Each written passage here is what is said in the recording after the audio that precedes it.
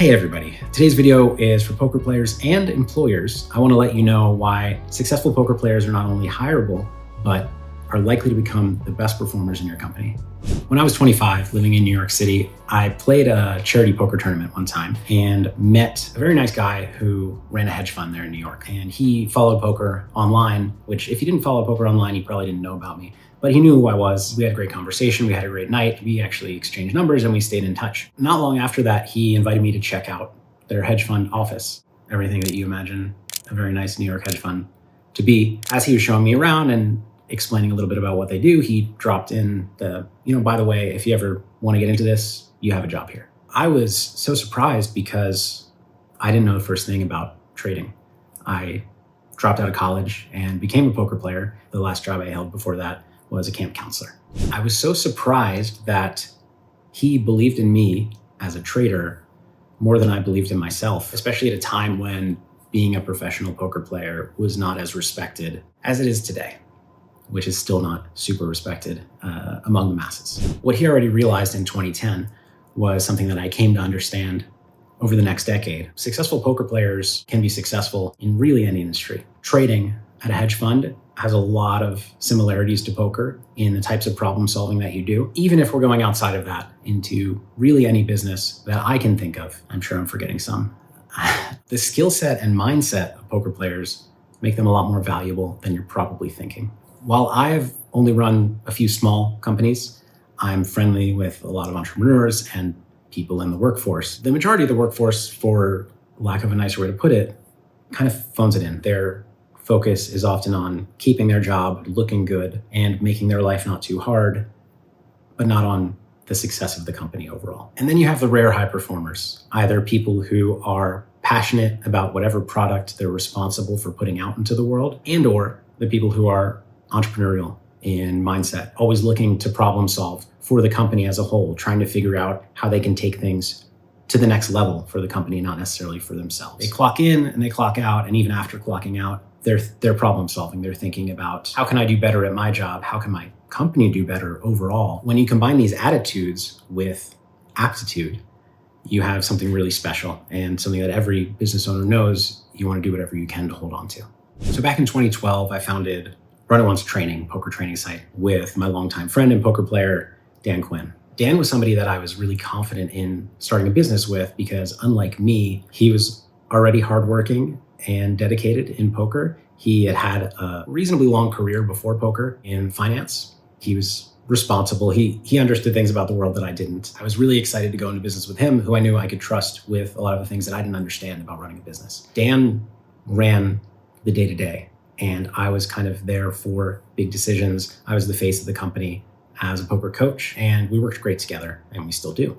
Another very memorable time that I brought on a friend was when we founded Run It Once Poker. We had already found somebody to lead the project. We found a number two, and we needed somebody who was going to be poker room manager. This is the person that manages the department that makes decisions about the poker product, what rake we're setting, what games we offer. So I began talking to a longtime friend of mine, Jason Sentai, who I met when we were both doing poker coaching, was also a high stakes online cash game player. You might know him from making the November 9 in the World Series Poker main event. I knew that he was extremely smart. I knew that he was extremely trustworthy. And I knew that I liked working with him. But I had some concerns because, like me, Jason was the kind of poker player that had been very successful without putting in much work. He didn't study poker very much, nor did I. We spent our hours playing poker, thinking about poker, discussing poker hands, but not grinding away, analyzing our databases, analyzing equities with what poker tools were available at the time, what in today's world would be solvers. And so I had hesitations. I wondered if in a real job, was he going to be able to put in the work? I knew he was capable intellectually of doing everything that this job entailed and more, but I didn't know if he would be hardworking. For me, up to this point, yes, I had run a company for a long time, but I actually was mostly still a poker player. I didn't spend much time on the company, and I still was not studying very much at poker. I was not very hardworking on the company. And so I had kind of the same fears for him that I had for myself. So I worried if we put him into this role, would he just be another me, someone with good ideas that was not really organizing and executing the way that we needed? I spoke with him about it. He understood. how I felt. After a lot of conversation, we decided to go ahead and hire him. And what happened over the next several years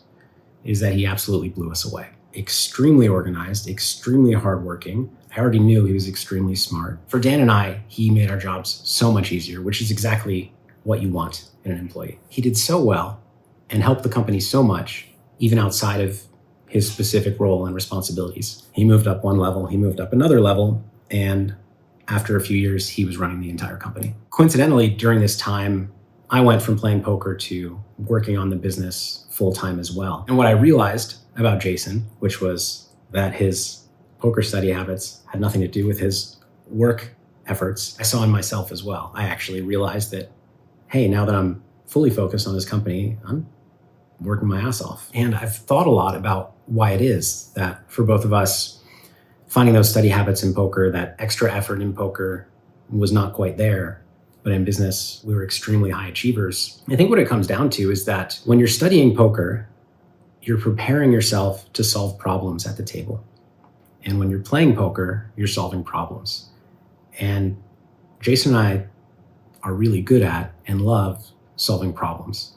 The studying part, not so fun. It's not something that kind of occupies your mind. But when you're running a business, whether you're at work or not, there are constantly problems to solve. Your mind just kind of keeps going at all times, trying to solve those problems, trying to move the business up to the next level. And so in the recent years, I've made that realization about myself and about Jason and about poker players in general. And I thought back to 2010 when I got offered a job that I didn't think I deserved. And I thought, you know what, I probably would have done really well at that job. He was right. Incidentally, now that we sold Run It Once Poker to Rush Street Interactive, they get to have both Dan and Jason working for them, and I don't anymore, although I work with them. But I'm very jealous about that. So why is it that I believe poker players can do so well for you? First of all, the aptitude required to be a successful poker player has a pretty high floor.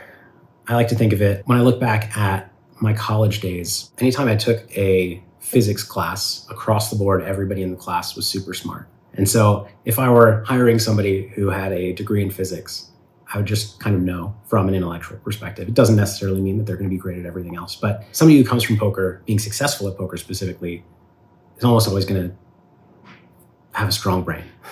I believe that playing poker professionally is as good of training as anything else in areas of risk-reward analysis, problem solving, and just general decision making. Most importantly, you need to understand what being a poker player really is. To be a poker player, you can't just phone it in. Show up, clock in, move some papers around, respond to a couple emails, and collect a paycheck. You have to be performing at the highest level that you can at all times. Otherwise, you're going to make less money or you're going to lose money. You have to be constantly thinking about how can I best solve the problem that's facing me right now, and how can I prepare myself to solve those problems in the future? How can I find better opportunities for myself? How can I improve my career? As a poker player, you might be watching TV on the couch after you've done a long day and an idea pops into your head about how you can improve studying a specific spot, how you can exploit this opponent in a certain way. And you rush back to your computer and you break out Poker Tracker and you look at that opponent's stats and you figure out what to do. That kind of mindset is an entrepreneurial mindset.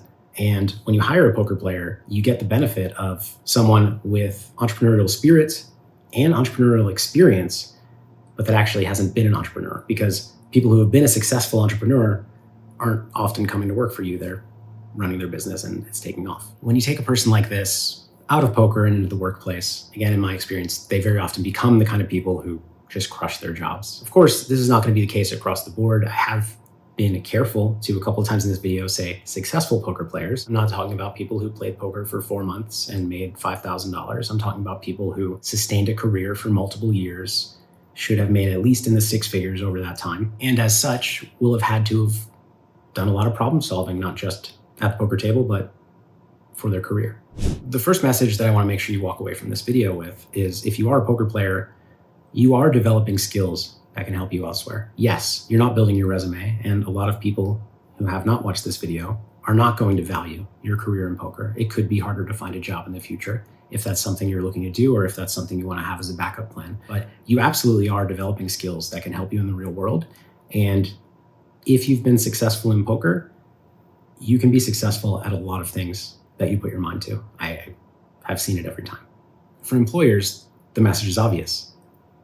I believe that hiring poker players, successful poker players, is going to be a decision that you're going to come back and thank me for a year from now.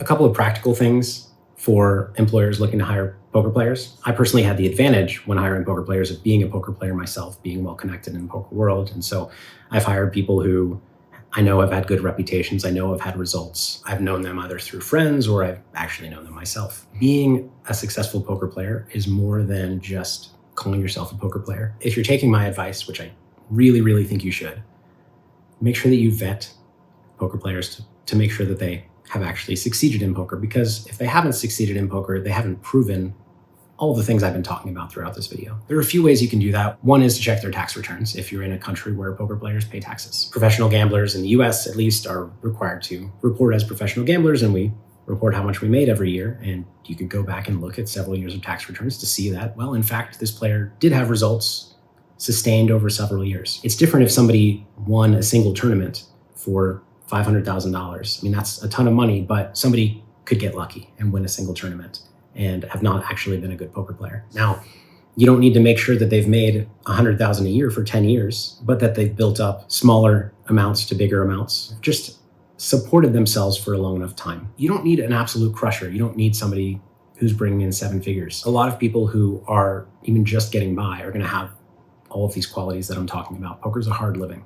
Another thing that you can do if you're talking to an online poker player that you're considering hiring is to ask for their online results, which they should have in Poker Tracker or Hold'em Manager or a similar program. Now, these can be modified. I could have played 10,000 hands this year and deleted 2,000 hands where I lost money, so it looks like I've won when I haven't. But probably there are some ways to get around this, either comparing to deposits in their bank account, comparing to withdrawals from a poker site and that poker site's cashier. Obviously, if someone is really trying hard to trick you, you might not be able to catch them. But I don't think that many people are going around fudging their poker results so that they can get hired at some job. One thing that you should not necessarily look at, or at least use caution when you look at, is total live cashes on a site like Hedge. If I, over the course of 10 years, buy into $5 million worth of tournaments and I cash out $2 million for a total loss of $3 million, Hedge will say that I have $2 million in winnings, and that looks impressive. But in actuality, I've been a significant loser over that period of time. It's still useful to see that someone's been playing for years and years. So if someone's putting up numbers year after year, you can kind of assume that they're not losing money every year, because how are they supporting themselves? And lastly, just like with any hire, you can find references. Ideally, preferably, if they're connected to somebody who is well-known and respected. But even if not, just talking to people who they know through poker, who can vouch for them being trustworthy, who can vouch for them being hardworking, things along those lines. I really have 2 hopes for people watching this video. First, if you are a poker player, don't underestimate yourself in other areas. What you've done making it in poker is extremely impressive, and it takes a lot of skill, it takes a lot of dedication, it takes a lot of ability. 2, for employers, I'd just love for somebody who's watching to take this advice, make a hiring decision that they might not have otherwise made because of a gap in somebody's resume that is represented by poker, and that you come back to me and let me know how it went after a year. All right, I hope you enjoyed that. If you did, consider subscribing. I'm making a lot of videos these days, and I think you might enjoy them too, even though they're not all about hiring poker players. Feel free to let me know below if you've had any experiences with this as an employer or an employee, or someone looking for a job that's struggling or has had success as a poker player. I'm curious to hear more about it and to talk about it. Until next time, take care.